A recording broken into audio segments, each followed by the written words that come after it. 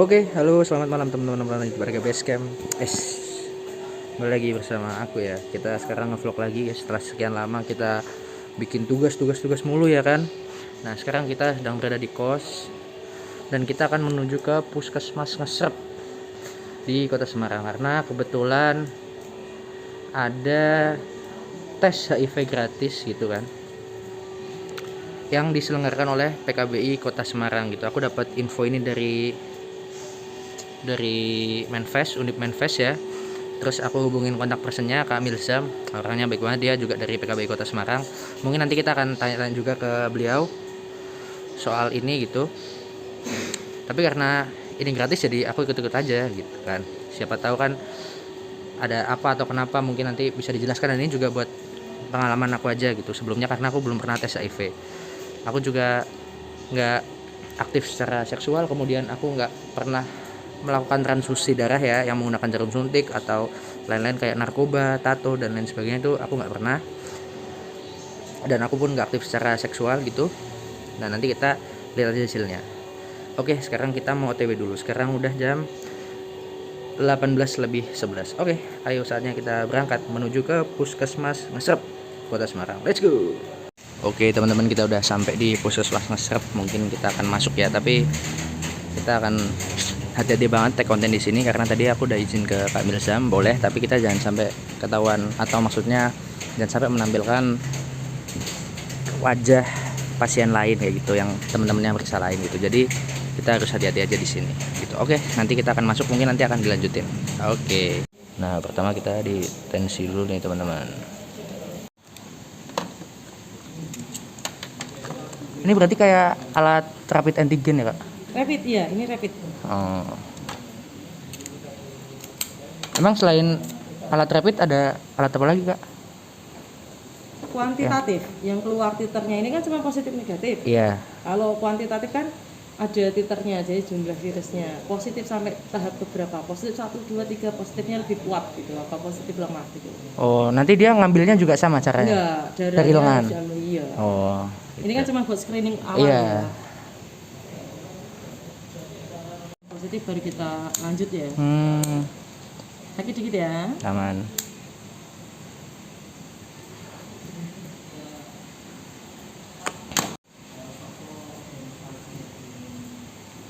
Oh, berarti ini hasilnya bisa diinin cepet ya? Tunggu, iya, 30 menit ya. Oh, 30 Nanti menit. langsung konsultasi sama dokternya ya.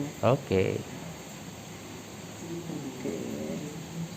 Ditekan pakai jempolnya, nanti kalau udah nggak keluar boleh dibuang tempat sampah ya. Oke, makasih, Kak. Terima kasih.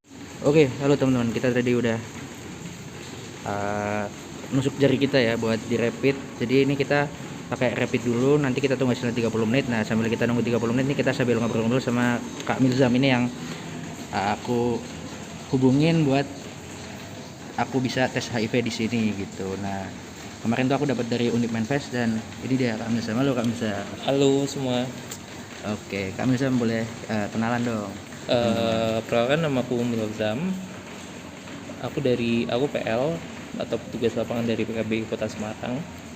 Jadi mungkin teman-teman di sini bisa untuk kan kalau misalnya ditanya PKBI Kota Semarang itu apa sih? PKBI itu Persatuan Keluarga Berencana Indonesia. Di situ kita di isu kesehatan reproduksi, atau mungkin lebih tepatnya HIV dan AIDS. Dan bisa kita kayak seperti ini, kita ada kegiatan rutin itu di jam malam, ada jadwalnya sendiri dari Dinkes. Di setiap puskesmas ada 10 puskesmas, dalam satu bulan ada 10 puskesmas, tapi jadwalnya ada 11. Oh gitu. Berarti ada satu khusus yang dua ya? Ada satu puskesmas yang kebagian jatahnya 2 kali gitu. Nah, untuk yang kali ini kita di Ngesrep ya, dan memang sepi karena hujan ya itu. Nah, semisal mau mau tahu lebih lanjut, cari aja di Instagram tentang PKBI atau PKBI Kota Semarang.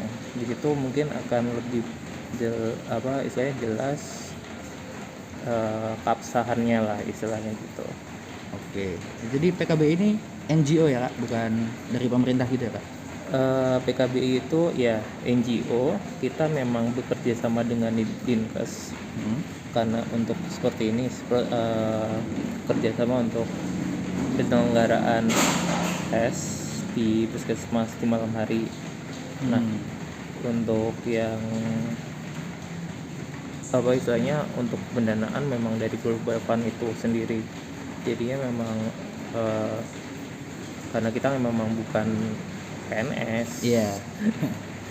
Dan memang istilahnya PKBI dan beberapa lainnya yang memang bergerak di isu HIV/AIDS memang biasanya teman-teman itu didanai sama Global Fund langsung gitu. Oh. Jadi sebenarnya kalau kita tes pagi pun di puskesmas tuh bisa ya Kak HIV/AIDS ini? Bisa. Cuman aku nggak tahu untuk sekarang ya. Untuk Iya. pas awal tahun itu ada Perwal Kota Semarang. Itu semisal tanpa dampingan PKBI itu dikenakan biaya.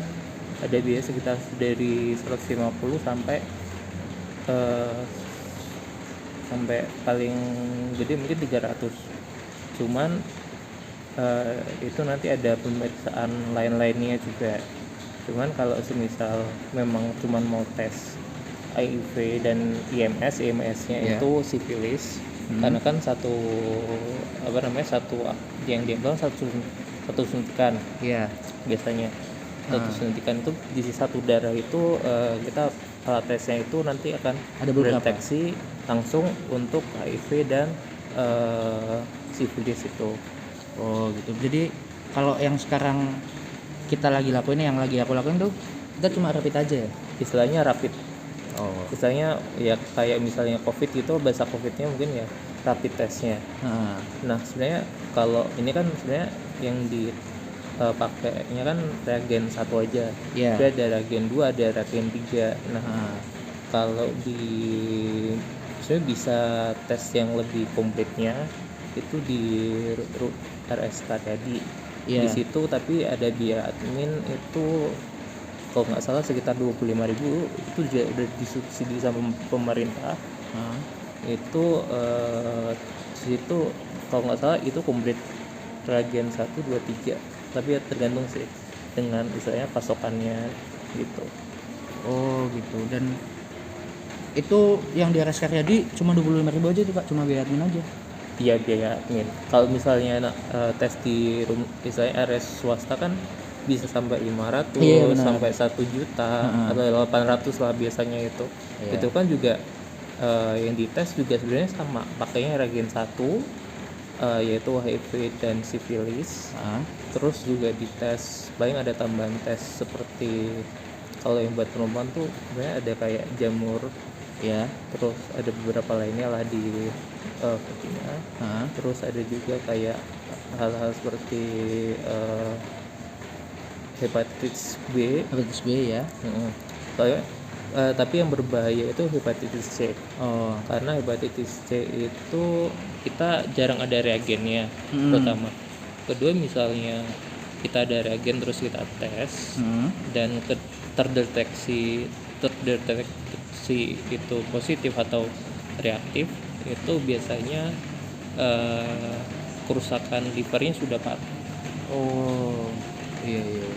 Tapi sebenarnya kalau reagen 1 kayak gini aja cukup nggak sih Kak? Sebenarnya cukup. Iya. Cuman memang kalau memang hasilnya negatif cukup. Cuma kalau hasilnya samar atau gimana mungkin bisa langsung lebih pasti gitu. Nanti konsul ke dokter ya? RS, Langsung ke rumah sakit aja. atau enggak biasanya memang yang sering istilahnya aktif dalam hubungan seks mungkin ada jendela Windows period. Jadi biar Windows periodnya terlewat itu biasanya kan 3 bulan. Sorry, Windows period itu gimana maksudnya Kak? Itu sejak terakhir kali berhubungan. Oh gitu. Dan misalnya tes, jadi kalau bisa tesnya itu 3 bulan sebelumnya itu tanpa Ada hubungan seksual, ada hubungan seksual atau enggak menggunakan alat kondom. kontrasepsi. Alat Iya. kontrasepsi. Nah, itu kalau misalnya masih dalam 3 windows period itu biasanya ada hasil yang samar gitu. Oh gitu. Nah itu kan buat teman-teman kita yang mungkin aktif berhubungan seksual atau menggunakan jarum suntik dari transfusi, mungkin juga narkoba gitu kan termasuk ya kak? Iya, untuk yang kayak istilah kita di kita itu pipit atau enggak penasun, pengguna narkoba suntik. Nah, yang pengguna narkoba suntik itu kita juga ada istilahnya petugas lapangannya sendiri. Oh beda sama yang ini ya? Beda Karena yang seksual. Yang ini kan sebenarnya memang saya untuk populasi kunci itu Iya. maksudnya teman-teman dengan yang komunitas LGBT. Cuman memang yang aku targetkan itu lebih ke hetero untuk saya anak-anak muda yang memang aktif. Jadi makanya itu saya share-nya kan ke mana sosial media yang Isinya alter itu. Alter juga? Oh. Itu selain Mudik Manifest, aku share juga di apa sih namanya itu FVB SMK. Nah, oh ada yang khusus Semarang itu kak? Semarang Manifest? ada sama Semarang Manifest. Iya. Jadi yang memang saya untuk yang kan Semarang Manifest itu kan enggak segala halnya tidak selalu alter. Itu bukan Manifest alter, tapi memang buat orang-orang Semarang lah. Dan biasanya dipegangnya anak muda juga. Benar. Paling istilahnya paling tuanya umur 40 lah. Iya. Ya rata-rata dari umur 20 sampai umur 30. Kepala 2 sama kepala 3 situ. Makanya teman-teman memang ada baiknya buat tes, karena masalahnya HIV itu tidak muncul gejalanya sama sekali. Kecuali kalau sudah parah, ya kan ada HIV sama ada AIDS. Kalau udah AIDS itu yang memang ada gejalanya yang ya istilahnya kayak contoh ciri-cirinya yang memang sudah parah itu ada sariawan banyak di bibir.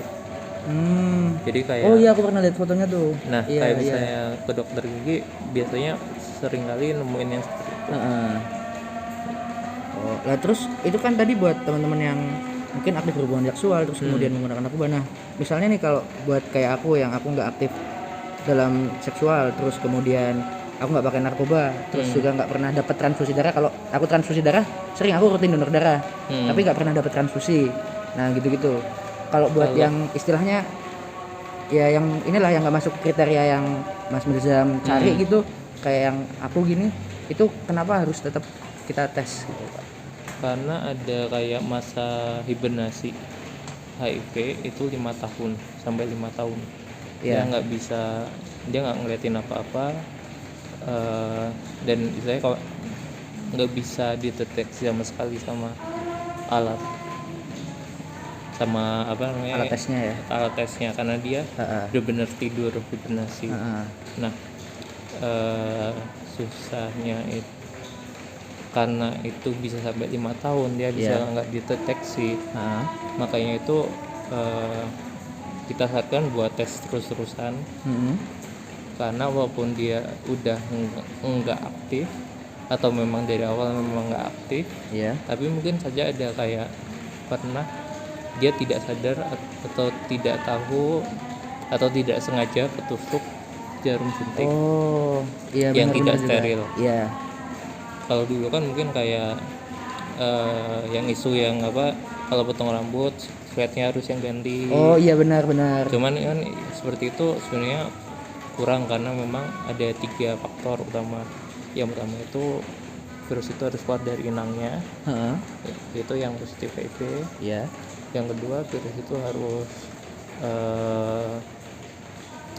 cukup cukup banyak jumlahnya cukup untuk menularkan. Dan yang ketiga itu virus itu harus cukup untuk bertahan. Kalau misalnya sekedar ciuman, misal ada sariawan atau apa, kalau misalnya suatu positif dan suatu negatif, memang beresiko. Tapi minim penularan lewat seperti itu. Tapi kalau misal kayak apa ya istilahnya, kayak yang tadi kan aku bilang ada virus itu mampu buat bertahan apa enggak, itu terjadi ketika misalnya kayak tadi itu Yang darah pakai bisa siret, cukur. bisa cukur gitu kan, kadang darah bisa keluar kan, bisa terluka atau gimana. Nah sebenarnya kalau misalnya darah keluar, misalnya dia memang positif atau gimana, itu kan nanti darah itu 10 detik itu misalnya virus HIV yang di darah 10 detik itu bisa mati langsung. Oh, dia nggak kuat di luar ya? Dia nggak kuat di luar. Oh, berarti yang isu-isu soal jarum atau pisau cukur itu sebenarnya nggak tepat juga, nggak se ekstrim itu ya? Nggak se ekstrim itu. Jadi kayak misalnya kayak gitu terus yang tusuk gigi itu juga nggak sebenarnya. Yang tos lainnya sebenarnya kayak ciuman, memang itu nggak terlalu, ya yang tadi yang aku jelasin kan. Benar. Itu sih. Ya saya kak, oke sudah dipanggil guys, kita masuk dulu. Oke teman-teman, tadi kita habis ngambil hasil tes ya, alhamdulillah hasilnya negatif ya. Terus ini kita mau lanjut lagi nih ngobrol-ngobrol sama Kamil Zam, tadi kepotong. Ini seru juga nih. Tadi kan ini kan aku kasusnya non reaktif ya, karena tadi kita antibody buat sifilis dan anti HIV-nya itu juga non reaktif semua dua-duanya. Nah gini kak, seandainya nih misal, bentar lap dulu kameranya agak berubah. Seandainya nih misal ada teman-teman yang tes terus dia hasilnya reaktif nih di rapid yang ini, terus nanti dari teman-teman PKBI atau dari puskesmas tuh gimana langkah selanjutnya kak? Kan tadi saya bilang saya itu penjangkau lapangan. Penjangkau tugasnya itu untuk menjangkau saja.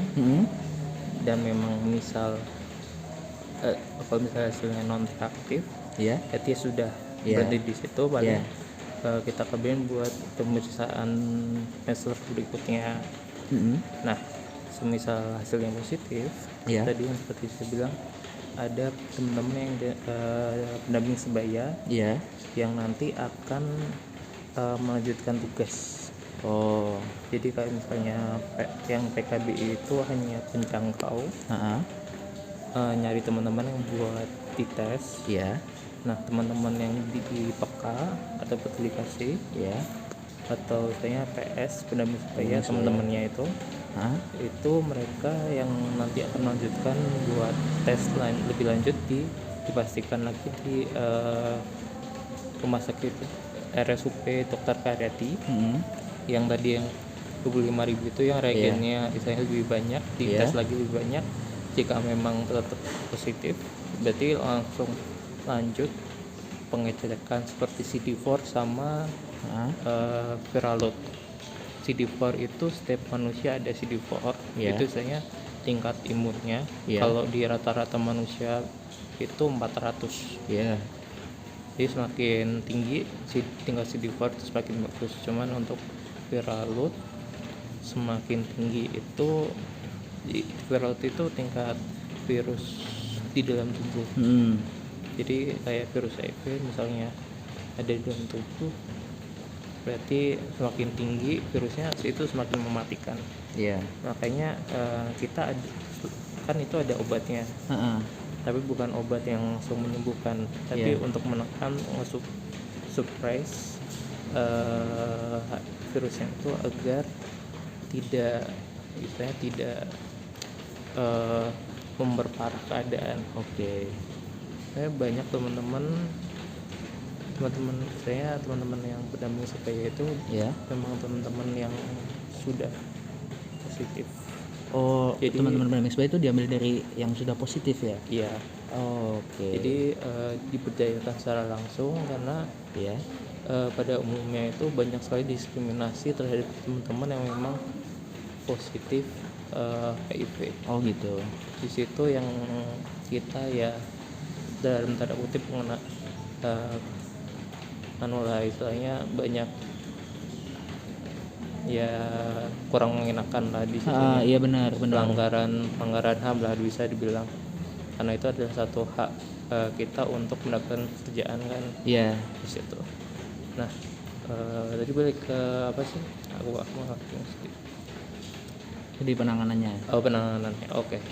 Ini dilanjutkan tes CD4 sama viral load. Ya. Misal nanti hasilnya bagaimana, nanti langsung dikasih obat yang menekan tingkat virusnya itu Pertumbuhan sampai virusnya, sampai benar-benar bisa tidak terdeteksi lagi. Jadi Oh gitu. untuk teman-teman yang memang sudah positif dan masih terdeteksi virusnya itu ada tes 4 bulanan kalau nggak salah. Saya kurang tahu yang Iya itunya. iya. Dan istilahnya untuk obatnya namanya ARV. Oh iya, pernah denger tuh sering di TikTok. Nah. Ada orang-orang positif yang dia ngasih tahu harus minum setiap hari dan nggak boleh lupa itu ya kak katanya. Iya. Setiap hari di jam yang sama, Oh gitu. harus di jam yang sama. Paling toleransi beda istilahnya telat atau gimana ya 1 jam maksimal 1 jam. Dan ada, aku nggak tahu yang sekarang bagaimana, cuman kalau dulu itu kayak di beda-beda apa kan banyak obatnya gitu, jenis obatnya ARV. Itu satu, biasanya dulu itu masih satu obat. Kalau sekarang udah dicampur jadi satu, 3 jenis obat untuk menekan, dan itu biasanya untuk satu dos. Maksudnya 1 hari sekali minum.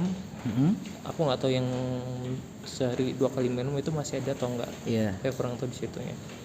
Itu teman-teman yang udah misalnya yang lebih tahu di situ.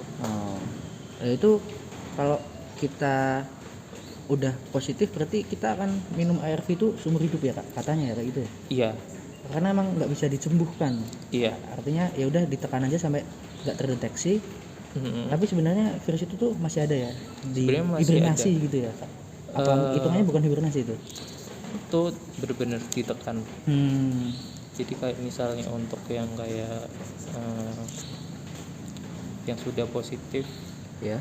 dia posisi ya sebenarnya kayak ARV itu saya untuk pengobatan terapinya itu Ya. dia istilahnya beratnya di awal karena harus adaptasi dengan obat. Iya benar. Setelah itu biasanya muntah-muntah, efek samping dan kawan-kawan. Cuman setelah memang tubuh udah adaptasi atau mungkin obatnya udah misalnya nggak cocok, langsung diganti lagi sama dokter. Dan setelah itu biasanya ada kayak dampak misalnya efek samping positifnya. Kayak misalnya tubuh kulit itu lebih glowing, lebih putih, lebih bersih. Karena kan kalau umumnya manusia kan mungkin CD4-nya bisa naik turun tuh, tergantung tingkat sehat atau enggaknya gitu kan. Nah, jadi kalau misal kayak ARV itu dia ningkatin tingkat CD4-nya terus. Jadi istilahnya orang normal tuh susah buat ningkatin di situnya gitu. Biasalah di situ. Iya. Pasti dia naik turun. Kalau ini akan naik terus gitu ya kak sebenarnya. Oh gitu. Iya sih, ini juga seru juga sebenarnya tes gratis kayak gini. Mungkin kalau kayak aku kan nggak ada gejala apa-apa, terus kalau aku sebenarnya asal ada yang gratis aja tuh berangkat gitu. Kalau ada yang gratis gini, iya ini lagi pula buat kesehatanku misalnya. Seandainya nih ternyata aku kena, jadi aku tahu aku harus ngapain gitu sebelum makin parah gitu ya kan. Memang bagusnya adalah memang istilahnya diawali dari kesadaran diri sendiri untuk tahu tentang kondisi kesehatan diri sendiri. Jadi kalau nggak dimulai dari kemauan diri memang susah, apalagi untuk kedepannya nanti misalnya untuk ternyata memang hasilnya positif HIV, dia harus minum obat kalau tanpa dari awal tesnya itu pemaksaan atau mungkin tesnya karena pasangan ternyata sudah positif. itu yang biasanya nanti bisa lepas obat atau bagaimana gitu.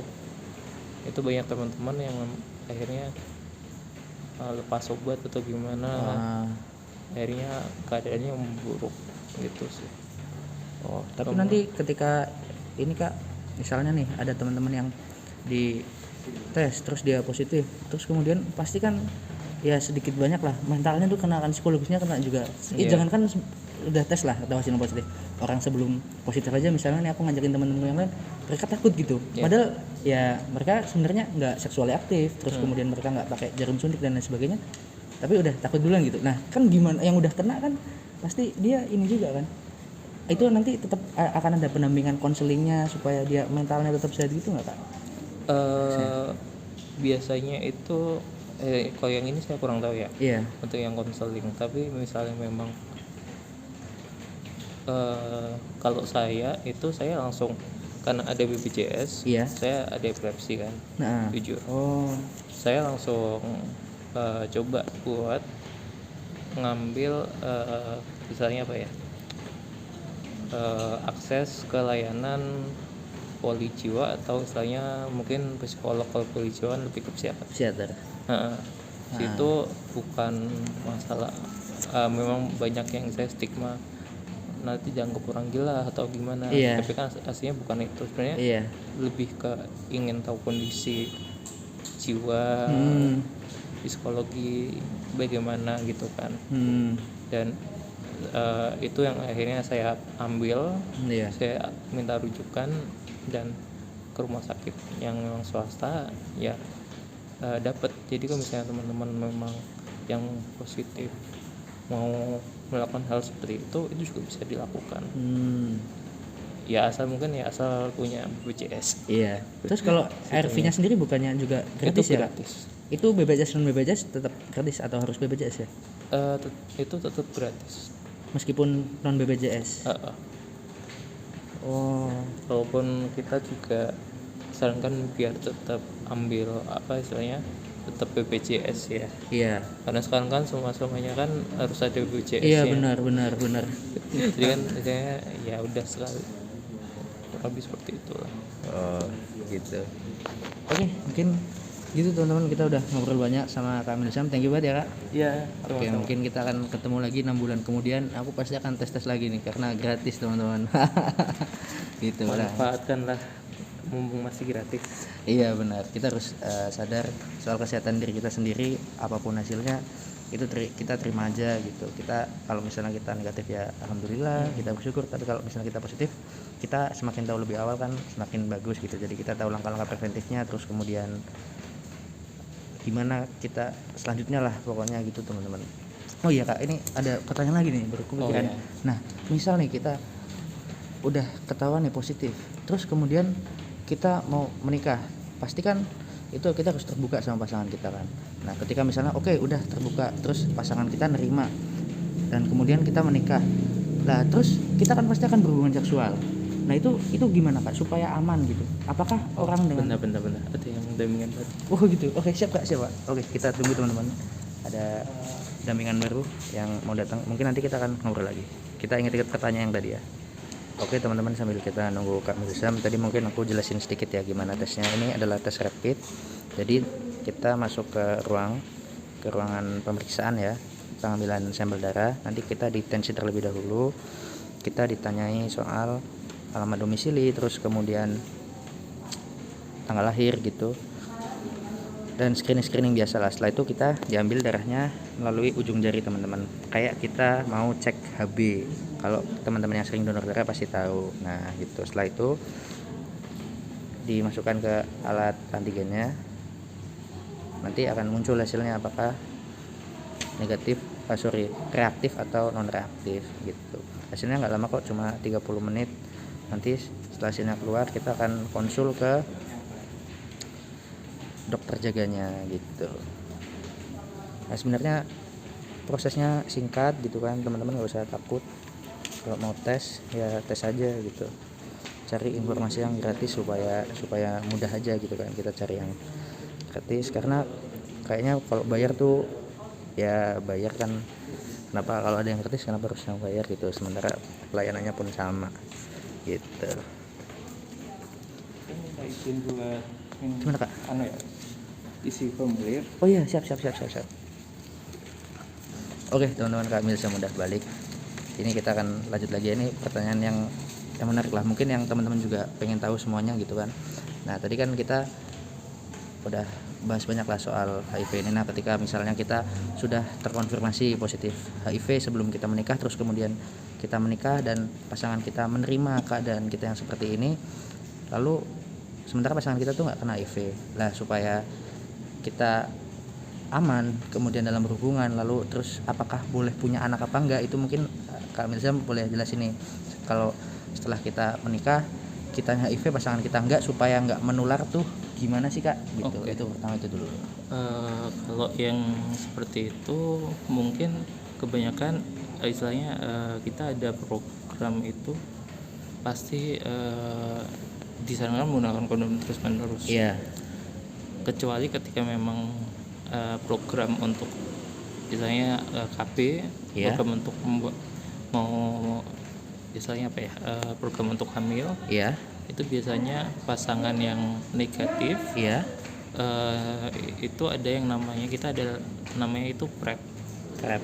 PrEP itu istilahnya kayak ya seperti namanya preparation gitu Iya. kan, untuk mitigasi Heeh. agar tidak tertular HIV gitu. Oke. Jadi yang diminum sebenarnya hampir mirip seperti ARV, cuman memang berbeda tipe atau jenis obatnya, seperti itu sih. Gitu. Dan apa namanya, ketika ibu hamil pun sebenarnya juga mereka dites juga. Oh, ketika hamil itu dites juga ya. Nah, Nah, kemudian angkat dulu Kak. Dari Kak Milzam dapat telepon lagi. Mungkin ada pasien yang baru datang. Oke, nanti kita lanjut lagi ya guys. Oke teman-teman, karena Kak Milzam sibuk, jadi kita akan pulang aja ya. Kita akan pulang. Nanti mungkin aku akan lanjut tanya ke Kak Milzam lewat chat ya. Mungkin tadi yang belum terjawab tuh, sebenarnya orang dengan HIV tuh boleh punya anak nggak sih gitu ya kan. Cuma tadi Pak Milzam memang lagi sibuk banget, pasien-pasien yang lain yang udah mendaftar itu datang, kebetulan ini ujiannya udah selesai ya kan. Jadi yang udah daftar tuh udah pada datang, dan beliau juga ngurusin yang lain gitu. Oke, nanti mungkin akan aku kasih tahu ya jawaban dari Kak Milzam terkait ini, terkait pertanyaan terakhir itu tuh. Pertanyaan terakhir itu gimana? Oke, sekarang saatnya kita pulang guys. Thank you ya teman-teman yang udah nonton. Tapi nanti aja closingnya, soalnya nanti kan aku harus ini apa, narasiin apa yang Kak Milzam bilang di chat. Oke, nanti sampai lanjut lagi guys. Mungkin nanti akan aku lanjutin di kos. Kita sekarang lagi di Puskesmas Ngasrep dan kita akan pulang. Oke, dadah teman-teman. Kita lanjut lagi nanti. Oke teman-teman, kita udah sampai kosan lagi ya. Tadi nyambung dari obrolan kita sama Kak Milzam. Tadi karena beliau lagi sibuk ya ngurusin pasien-pasien lain yang baru datang, jadi kita lanjut obrolannya tadi lewat WhatsApp. Nah pertanyaan yang terakhir itu kan gini, sebenarnya boleh nggak sih orang yang kena HIV itu punya anak gitu, terus kalau punya anak apakah anaknya akan tertular? Jawabannya itu katakan Milzam itu boleh. Orang yang terkena HIV itu masih boleh punya anak. Nah ketika yang laki-laki itu sudah positif, dan ketika si perempuannya itu hamil, maka perempuannya akan diceknya itu nanti apakah perempuannya itu HIV juga apa enggak. Ketika enggak, maka berarti ya udah enggak. Tapi ketika iya, maka kemudian akan diterapi ARV selama masa kehamilan. Lalu si ibu itu nggak boleh menyusui anaknya, dan tiap ibu hamil itu harusnya dicek HIV. Karena apa? Karena bayinya itu baru bisa dicek HIV itu setelah umur 18 bulan. Jadi ketika ibunya dicek sudah positif, maka ibunya harus terapi ARV, dan nanti kemudian anaknya setelah umur 18 bulan si bayi itu baru dites apakah dia negatif atau positif.